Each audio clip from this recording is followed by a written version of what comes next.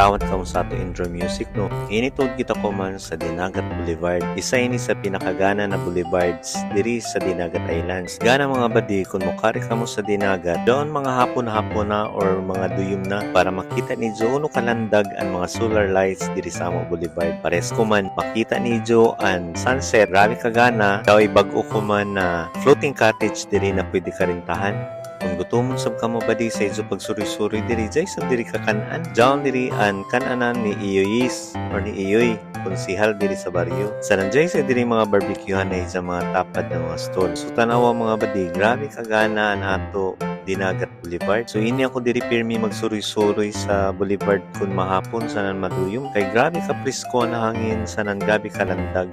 Mura to mga badi. Ariyan ako kay magdungag pa ako kay manihapon.